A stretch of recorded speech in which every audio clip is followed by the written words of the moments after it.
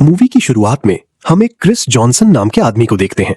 वो एक कैफे में बैठा अपनी घड़ी देख रहा है, एक सही समय का इंतजार करते हुए। जैसे ही सही टाइम होता है वो अचानक दरवाजे की तरफ देखता है, पर वहां कुछ नहीं होता। क्रिस लास वेगास में रहता है और फ्रैंक कैडिलैक के स्टेज नाम से एक छोटे शो में परफॉर्म करके अपना गुजारा करता है। वो भविष्य बताने वाले जादू दिखाता है, पर पब्लिक को लगता है कि ये बस एक और सस्ता जादू है। वो ऑडियंस में से एक लड़की को स्टेज पर बुलाता है और एकदम सही सेकंड तक बता देता है कि उसका नेकलेस कब गिरेगा। ऑडियंस तालियां बजाती है, ये सोचकर कि क्या मस्त ट्रिक थी। पर उसी वक्त ऑडियंस में बैठे दो FBI एजेंट्स क्रिस पर कड़ी नजर रखे हुए थे। अपने शोज के बाद फ्री टाइम में क्रिस कसिनो में खेलता है। वो अपनी इस पावर का यूज करके छोटी मोटी बेट्स लगाता है और थोड़े पैसे जीत लेता है। उसका मेन रूल है, कोई बड़ी जीत नहीं और कोई जैकपॉट नहीं। उसे फालतू की अटेंशन नहीं चाहिए। फिर भी कसिनो की सिक्योरिटी टीम, जिसका बॉस रॉय बॉल है, CCTV कैमरों से क्रिस के गेम पर कड़ी नजर रखती है। उनको इस प्लेयर का बिहेवियर थोड़ा अजीब लगता है और फिर चीफ क्रिस की टेबल पर सिक्योरिटी भेजता है। क्रिस को ये पहले ही पता चल जाता है और वो अपनी चिप्स कैश कराने निकल पड़ता है। रास्ते में उसे फ्यूचर की एक छोटी सी झलक दिखती है। कुछ ही सेकंड्स में एक बंदूक वाला लुटेरा कैशियर के पास आएगा और दो एम्प्लॉइज को गोली मार देगा। क्रिस ठीक उसी वक्त कैशियर के पास पहुंच जाता है जब वो हथियारबंद आदमी आता है। लुटेरा अपनी गन पॉइंट करता है, पर क्रिस बिजली की स्पीड से उससे हथियार छीन लेता है और उसको वहीं धूल चटा देता है। एक बड़ी अनहोनी टल गई, पर कसिनो सिक्योरिटी को समझ ही नहीं आता कि हुआ क्या। उन्हें बस ये दिखता है कि क्रिस के हाथ में गन है और वे उसके पीछे पड़ जाते हैं। सारी सिक्योरिटी फोर्स उसे पकड़ने के लिए लगा दी जाती है। अपनी पावर का यूज करके वो गार्ड्स को आराम से चकमा दे देता है। आखिरकार वो उनकी हर मूवमेंट को 2 मिनट पहले ही देख लेता है और उनके बीच से किसी भूत की तरह निकल जाता है। पार्किंग में क्रिस को जो पहली गाड़ी मिलती है वो उसे चुराकर भाग निकलता है। अब सीन सीरियस हो गया है। अब पुलिस उसके पीछे लगी है। लास वेगस की सड़कों पर एक जबरदस्त चेस शुरू होती है। क्रिस रेलवे ट्रैक्स के पास पहुंचता है। वो देखता है कि कुछ ही सेकंड्स में एक ट्रेन आने वाली है, पर उसकी स्पीड कम थी, तो वो अपना फ्यूचर रिप्ले करता है और ट्रेन को क्रॉस करने के लिए और तेजी से गाड़ी भगाता है। वो कामयाब हो जाता है। ट्रेन पुलिस वालों का रास्ता ब्लॉक कर देती है और क्रिस बच निकलता है। FBI एजेंट कैली फेरिस कसिनो से क्रिस के भागने की रिकॉर्डिंग चेक करती है। वो उसके हर एक मूव को अच्छे से एनालाइज करती है। उसे समझ आ जाता है कि इस बंदे के पास सच में कोई खास पावर है। उसका बॉस उसको टोकता है और याद दिलाता है कि उनका मेन काम क्या है। वो बताता है कि आतंकवादियों ने एक न्यूक्लियर बॉम्ब चुरा लिया है और वे उसको लॉस एंजलिस में ब्लास्ट करने का प्लान बना रहे हैं। FBI पागलों की तरह बॉम्ब ढूंढ रही है, पर कोई फायदा नहीं। इसलिए बॉस को क्रिस में कोई इंटरेस्ट नहीं है। पर फिर भी कैली अपने सीनियर्स को इस ऑपरेशन में क्रिस को शामिल करने के लिए मना ही लेती है। वो कसिनो के सिक्योरिटी चीफ रॉय बॉल को बुलाती है और उससे पूछताछ करती है, ताकि क्रिस की पावर कैसे काम करती है वो समझ सके। क्रिस की गेम रिकॉर्डिंग्स देखकर कैली समझ जाती है कि वो कम से कम 1.5 से 2 मिनट आगे का फ्यूचर देख सकता है। बॉम्ब ढूंढने के लिए इतना काफी है। दूसरी तरफ क्रिस अपने पुराने दोस्त इर्व के पास पहुंचता है। ये बुजुर्ग आदमी चोरी की गाड़ी के लिए उसे डांटता है और उसकी टेंशन लेता है। वे बिलियर्ड्स खेलते हैं और उस लड़की के बारे में बात करते हैं जिसे क्रिस ने अपने विजन में देखा था। सिर्फ वही एक ऐसी लड़की है जिसे उसने 2 मिनट के आगे के फ्यूचर में देखा है। क्रिस को पक्का यकीन है कि डाइनर वाली ये अनजान लड़की उसका सच्चा प्यार ट्रू लव हो सकती है।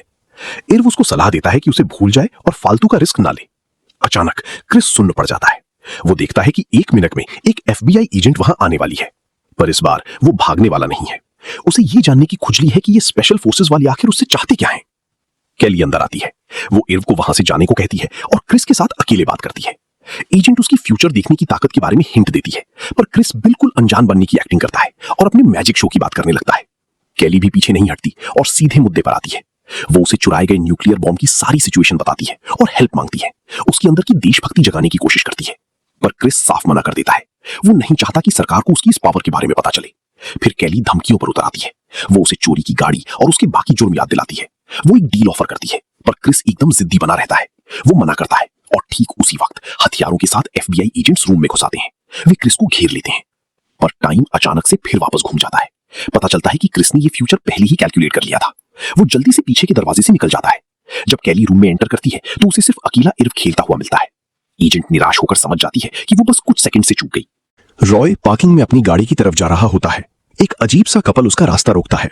खुद को गेमिंग कमीशन के लोग बताकर वे क्रिस के बारे में पूछते हैं। रॉय बॉल कहता है कि उसे कुछ नहीं पता। बिना सोचे समझे ये लोग उसके दोनों घुटनों में गोली मार देते हैं और उसे जमीन पर गिरा देते हैं। उसके गले पर चाकू रखकर वे उसे धमकाते हैं कि अगर उसने उस भविष्य देखने वाले के बारे में सब कुछ नहीं बताया तो वे उसे जान से मार देंगे। उन्हें पता है कि ऐसी पावर वाला कोई उनके प्लान में रुकावट डाल सकता है। रॉय बॉल दर्द से तड़पते हुए सब कुछ उगल देता है जो भी उसे पता था। क्रिस फिर से उसी रोड साइड डाइनर में बैठा है। वो एक ड्रिंक पी रहा है और अपनी घड़ी देख रहा है। इस बार उसे सही टाइम का पता है। दरवाजा खुलता है और उसके विजन्स वाली वही लड़की अंदर आती है।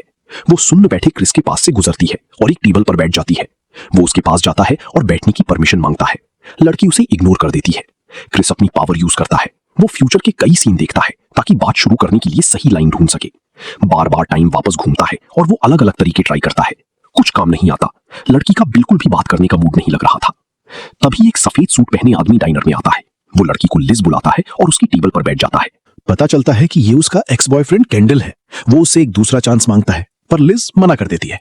कैंडल अपनी आवाज ऊंची करने लगता है और जोर से उसका हाथ पकड़ लेता है। क्रिस बीच बचाव करता है। एक्स बॉयफ्रेंड क्रिस को मारने की कोशिश करता है पर वो आराम से हर पंच से बच जाता है क्योंकि वो उन्हें लगने से कुछ सेकंड्स पहले ही देख लेता है। इस बीच क्रिस एक सस्ता सा सिक्के का जादू दिखाकर लिज को अपना इंट्रो देता है। लड़की इंप्रेस नहीं होती। क्रिस देखता है कि ये तरीका भी फेल हो गया। टाइम फिर से वापस घूमता है। सब कुछ सेम स्क्रिप्ट के हिसाब से होता है पर इस बार क्रिस जानबूझकर कैंडल का पंच खा लेता है। वो बंदा उसके मुंह पर मारता है। ये चाल काम कर जाती है।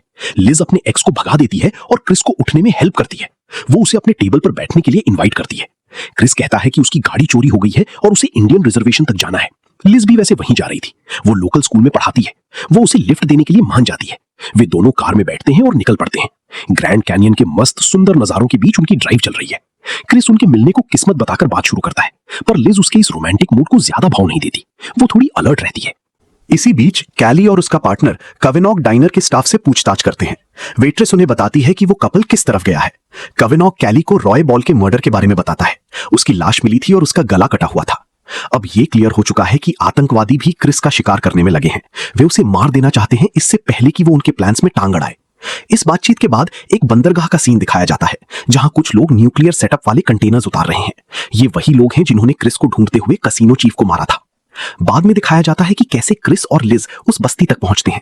लड़की अपने एक स्टूडेंट के लिए बर्थडे गिफ्ट लाई थी। क्रिस भी पीछे नहीं रहता। वो बच्चे को एक मैजिक दिखाता है जिसमें वो एक पत्थर को छोटी सी छिपकली में बदल देता है। बच्चा खुशी से पागल हो जाता है। अब लिज भी उसके साथ थोड़ा कंफर्टेबल होने लगती है। शाम को वे बारिश भरी रात में ड्राइव कर रहे होते हैं। लिज को नींद आ जाती है और वो क्रिस के कंधे पर सिर रखकर सो जाती है। आगे रोड सर्विस वालों ने रास्ता ब्लॉक किया होता है। भारी बारिश की वजह से रोड बह गई थी और आगे जाना इम्पॉसिबल था। उन्हें वापस मुड़ना पड़ता है और पास के ही एक मोटेल में रुकना पड़ता है। ट्रैफिक कैमरों से एफबीआई एजेंट्स लिज की कार को ट्रैक कर लेते हैं। कैली कमिनो को ऑर्डर देती है कि तुरंत उस लोकेशन पर निकलो। उनके पास इस प्रॉफिट को पकड़ने का चांस है। ये कपल क्लिफ हैंगर नाम के एक मोटेल में चेक इन करता है। रूम में सिर्फ एक ही बेड है। क्रिस एक जेंटलमैन की तरह कहता है कि वो गाड़ी में जाकर सो जाएगा। लिज मना तो नहीं करती पर वो एक गहरी सांस लेती है। उसे नींद नहीं आती। वो उठती है और खिड़की के बाहर देखती है। सुबह होते ही कविनो कैली को क्रिस की एग्जैक्ट लोकेशन के बारे में रिपोर्ट करता है। एजेंट उसको पकड़ने का एक ऑपरेशन प्लान करने लगती है। ठीक इसी वक्त एफबीआई हेडक्वार्टर्स में एक अर्जेंट मीटिंग चल रही होती है। डायरेक्टर विजडम हाई लेवल का न्यूक्लियर अलर्ट अनाउंस करते हैं। वो अपने नीचे काम करने वालों की क्लास लगाते हैं क्योंकि उनके पास कोई सुराग या सस्पेक्ट्स नहीं थे। सिचुएशन बहुत खराब है। आतंकवादी किसी भी वक्त बॉम्ब ब्लास्ट कर सकते हैं। कैली बीच में बोलती है और क्रिस की गिरफ्तारी के लिए एक टीम मांगती है। उसे पूरा कॉन्फिडेंस है कि सिर्फ वही बॉम्ब ढूंढने में हेल्प कर सकता है। डायरेक्टर मान जाते हैं। एफबीआई अपनी पूरी फोर्स लगा देती है। आतंकवादी एफबीआई की हर हरकत पर नजर रखे हुए थे। उनका लीडर स्मिथ कैली की टीम को फॉलो करने का डिसाइड करता है। अगर उन्होंने प्रॉफिट को ढूंढ लिया तो आतंकवादी उस तक पहले पहुंचकर उसको खत्म कर देंगे। सुबह क्रिस लिज को एक और जादू दिखाता है। वो एक कागज के फूल को असली गुलाब में बदलकर उसे दे देता है। आखिरकार इससे उस लड़की का दिल पिघल जाता है। वो क्रिस को किस करने देती है। वे रूम में जाते हैं और एक साथ टाइम स्पेंड करते हैं। जब ये दोनों एक दूसरे में बिजी होते हैं, एफबीआई एजेंट्स अपना प्लान रेडी कर रहे होते हैं। कैली को पता है कि क्रिस को नॉर्मल तरीके से पकड़ना नामुमकिन है। वो उनके एक्शंस 2 मिनट पहले ही देख लेगा और हर बार निकल जाएगा। उन्हें थोड़ा स्मार्ट खेलना होगा। वे लिज को यूज करने का डिसाइड करते हैं। जब लड़की गाड़ी लेकर शॉपिंग के लिए स्टोर जाती है, कैली उसका रास्ता रोक लेती है। एजेंट उसे अपना एफबीआई बैज दिखाती है और लिफ्ट ऑफर करती है। लिज तो शॉक में आ जाती है। कैली उसे कसिनो कैमरों की फुटेज दिखाती है जिसमें क्रिस गन पकड़े खड़ा था। एजेंट उस लड़की को यकीन दिलाती है कि जिसके साथ वो घूम रही है वो एक खतरनाक क्रिमिनल और साइको है। वो कहती हैं कि उसने कानून से बचने के लिए तेरा यूज किया है। कैली लिज को क्लियर इंस्ट्रक्शंस देती है। जब क्रिस शावर से बाहर आएगा उसके एग्जैक्ट 2 मिनट बाद उसे उसकी ड्रिंक में नींद की गोली मिलानी होगी। 2 मिनट के टाइम फ्रेम में उसे आने वाले खतरे को देखने का टाइम नहीं मिलेगा। लिज कंफ्यूज तो होती है पर मान जाती है। उसे लगता है वो सही कर रही है। लिज रूम में वापस आती है और क्रिस को नहाने भेजती है। एफबीआई एजेंट्स मोटेल के आसपास अपनी पोजीशंस ले लेते हैं। वे अपनी घड़ियां देखते हैं और सिग्नल का इंतजार कर रहे होते हैं पर वे अकेले नहीं हैं। एक पहाड़ी पर आतंकवादी स्नाइपर राइफल के स्कोप से मोटेल पर नजर रखे हुए हैं। शूटर को ऑर्डर मिलता है कि जैसे ही पहला मौका मिले क्रिस को मार देना। लिज एक ग्लास पानी लेती है और उसमें नींद की गोलियां मिला देती है। क्रिस शावर से बाहर आता है। वो ग्लास उसकी तरफ बढ़ाती है पर लास्ट मोमेंट पर लड़की से ये नहीं हो पाता। वो उसे रोकती है और FBI का पूरा प्लान उगल देती है। लिज किसी ऐसे इंसान को धोखा नहीं दे सकती जिसे वो सच में पसंद करती है। क्रिस को कोई हैरानी नहीं होती, उसने ये फ्यूचर पहले ही देख लिया था। वो लिज को उसकी ईमानदारी के लिए थैंक यू बोलता है और अपनी इस पावर का सच उसे बता देता है। अपनी बात साबित करने के लिए क्रिस टीवी ऑन करता है और न्यूज एंकर के बोलने से 1 सेकंड पहले ही उनके एग्जैक्ट वर्ड्स रिपीट करने लगता है। लिज को अपनी आंखों पर यकीन नहीं होता, वो उस पर भरोसा कर लेती है और फिर क्रिस उसे एक नोट देता है जिसमें कुछ इंस्ट्रक्शंस थे। वो कहता है कि उसे अभी निकलना होगा, पर अगर वो इंतजार करेगी तो वो उसे जरूर ढूंढ लेगा। वो उसे $10,000 देता है, लिज को किस करता है और रूम से निकल जाता है। कैली को समझ आ जाता है कि प्लान फेल हो गया। वो देखती है कि क्रिस सेकंड फ्लोर से सीधा खाई में कूद जाता है। एजेंट एक टीम उसको पकड़ने भेजती है।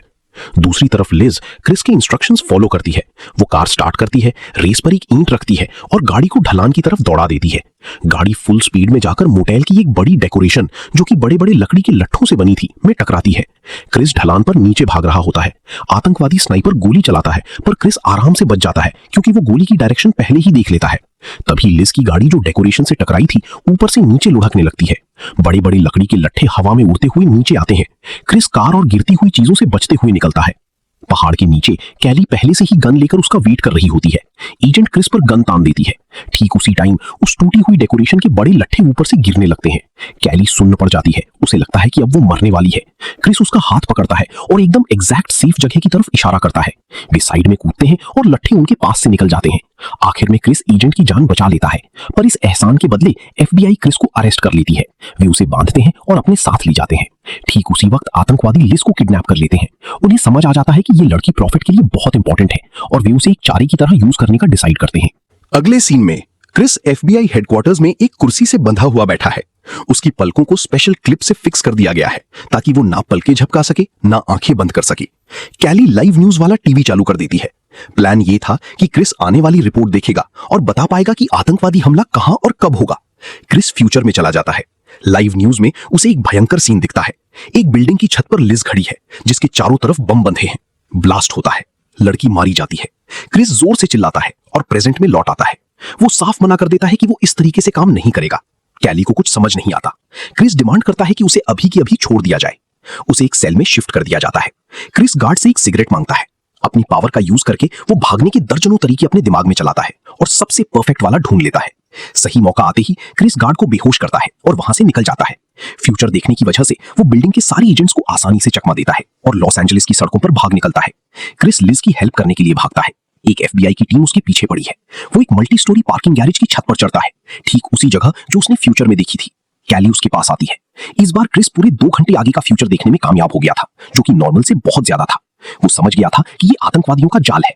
क्रिस कैली को एक डील ऑफर करता है। वो लिज को बचाने के बदले बम ढूंढने में हेल्प करेगा। एजेंट मान जाती है, उनके पास कोई ऑप्शन नहीं था। क्रिस छत पर बिल्कुल खुले में सामने आ जाता है। पड़ोस वाली बिल्डिंग से एक आतंकवादी स्नाइपर उस पर निशाना लगाता है। गोली चलने की आवाज आती है। क्रिस गोली लगने की एक्टिंग करता है और गिर पड़ता है। FBI टीम ने शूटर की पोजीशन कैलकुलेट कर ली थी और वे उस पर फायरिंग शुरू कर देते हैं। स्नाइपर मारा जाता है। क्रिस बिल्कुल सेफ खड़ा होता है। वो फ्यूचर में और आगे देखता है और उस वैन का नंबर पता लगा लेता है जो लिज को लाने वाली होती है। ठीक उसी वक्त आतंकवादी उस लड़की को जिसपे बम बंधी थी वैन में लोड कर रहे होते हैं। वे उसे क्रिस के लिए चारे के रूप में पोर्ट की तरफ ले जा रहे थे। इसी वक्त क्रिस FBI टीम की एक मीटिंग लेता है। वो पर्सनली ऑपरेशन को लीड करता है, पॉइंट टू पॉइंट बताता है कि कब और कहां क्या करना है। हमला शुरू होता है। वैन को बताई गई जगह पर रोक लिया जाता है। आतंकवादी भागने की कोशिश करते हैं। क्रिस के इशारे पर कैली एक परफेक्ट निशाने के साथ गाड़ी के पास रखे फ्यूल बैरल्स को उड़ा देती है। ब्लास्ट के इंपैक्ट से वैन पलट जाती है। लिज बाहर निकल आती है और पोर्ट में छुप जाती है। क्रिस और उसकी टीम उसकी हेल्प करने दौड़ते हैं, पर आतंकवादी उस लड़की को पहले ढूंढ लेते हैं। वे लिज को पकड़ते हैं और उसे एक ह्यूमन शील्ड की तरह यूज करते हैं। गुंडे उसे ढाल बनाकर निकलने की कोशिश करते हैं। क्रिस और टीम एक बहुत बड़े टैंकर शिप पर उनका पीछा करते हैं। अपनी पावर का यूज करके प्रॉफिट देख लेता है कि आतंकवादियों ने कहां कहां बम लगाए हैं। वो टीम को एकदम सेफ रास्ते से आगे ले जाता है और कई बमों को फटने से बचा लेता है। तभी कुछ गजब होता है। ऐसा लगता है जैसे क्रिस ने अपनी क्लोन बना लिए हैं। वो एक साथ दर्जनों फ्यूचर सिनेरियोज में दौड़ता है, टैंकर की कोने कोने को छान मारता है और लिज को ढूंढता है। वो खुद को एक साथ कई जगह दिखता है। ऐसा लगता है जैसे शिप पर एक ही वक्त में कई सारी क्रिस भाग रही हों। वो लड़की की लोकेशन पता लगा लेता है। FBI टीम और आतंकवादियों के बीच जबरदस्त फायरिंग होती है जिसमें कई आतंकवादी मारे जाते हैं। FBI का एक फाइटर शहीद हो जाता है। वो कैली का पार्टनर कवनॉग था। एजेंट को इस नुकसान से बड़ा झटका लगता है। क्रिस टीम को टैंकर के नीचे वाले हिस्से में ले जाता है। वहां उन्हें आतंकवादियों का लीडर स्मिथ मिलता है जिसने लिज को ढाल बनाकर आगे रखा हुआ था और उसके सिर पर गन तानी हुई थी। स्मिथ धमकी देता है कि अगर भी आगे आए तो वो लड़की को गोली मार देगा। क्रिस अपने दिमाग में आगे क्या हो सकता है उसकी सारी पॉसिबल सिनेरियोज रन करने लगता है। वो दर्जनों रिजल्ट्स देखता है पर उनमें से ज्यादातर में कोई ना कोई मारा ही जाता है। आखिरकार उसे एक अकेला सही रास्ता मिलता है। क्रिस सीधे स्मिथ की तरफ दौड़ पड़ता है। आतंकवादी गोली चलाता है। क्रिस पहली गोली चकमा देता है, फिर दूसरी और फिर तीसरी। वो ऐसे मूव कर रहा था जैसे गोलियों के बीच डांस कर रहा हो, हर शॉट को एडवांस में प्रेडिक्ट करती हुई। एकदम परफेक्ट मोमेंट पर एजेंट कैली फायर करती है। गोली सीधी स्मिथ के सिर में लगती है। आतंकवादी ढेर हो जाता है। लिज बच जाती है। क्रिस लड़की को गले लगा लेता है। पर ये इस कहानी का एंड नहीं है। वो न्यूक्लियर बॉम्ब उस पोर्ट पर था ही नहीं। कैली को समझ आता है कि बॉम्ब किसी और लोकेशन पर है। वो क्रिस को एक सीस्मोग्राफ यानी भूकंप नापने वाली स्पेशल मशीन के पास ले आती है जो फ्यूचर ब्लास्ट की लोकेशन डिटेक्ट करने में काम आएगी। क्रिस उस मशीन को देखकर फ्यूचर देखने की कोशिश करता है। उसका चेहरा पीला पड़ जाता है। उसे एहसास होता है कि उससे एक गलती हो गई। ये सब बस एक बड़ा सा जाल था। आतंकवादी जानबूझकर टाइम वेस्ट कर रहे थे। इसी वक्त लॉस एंजलिस शहर के बीचों बीच एक भयंकर ब्लास्ट होता है।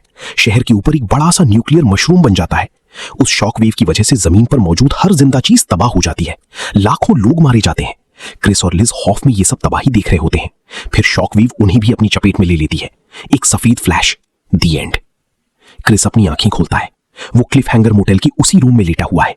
लिज शांति से उसके सीने पर सिर रखकर सो रही है। खिड़की के बाहर सुबह हो चुकी है। वो ब्लास्ट और उससे पहले जो कुछ भी हुआ वो सब आने वाले कल का सिर्फ एक पॉसिबल सिनेरियो था। क्रिस ने फ्यूचर में बहुत आगे तक देख लिया था और उसे समझ आ गया था कि अगर वो एफबीआई की हेल्प नहीं करेगा तो ये सब तबाही पक्का होगी। क्रिस फोन उठाता है और कैली को कॉल करता है। वो हेल्प करने को तैयार हो जाता है पर एक शर्त पर। लिज को इस पूरे केस में घसीटा नहीं जाएगा। कैली उस लड़की की सेफ्टी का प्रॉमिस करती है। क्रिस लिज को जगाता है। वो उसे बताता है कि उसे किसी बहुत जरूरी काम से निकलना होगा पर वो लौट कर पक्का आएगा। वो उसे उसका इंतजार करने को कहता है। क्रिस लड़की को किस करता है और रूम से निकल जाता है। वो मोटेल के बाहर बैठता है। उसके दिमाग में एक ख्याल चल रहा है। एक काली एसयूवी वहां आकर रुकती है। एजेंट कैली बाहर निकलती है। क्रिस गाड़ी में बैठ जाता है और दोनों लॉस एंजलिस को बचाने निकल पड़ते हैं।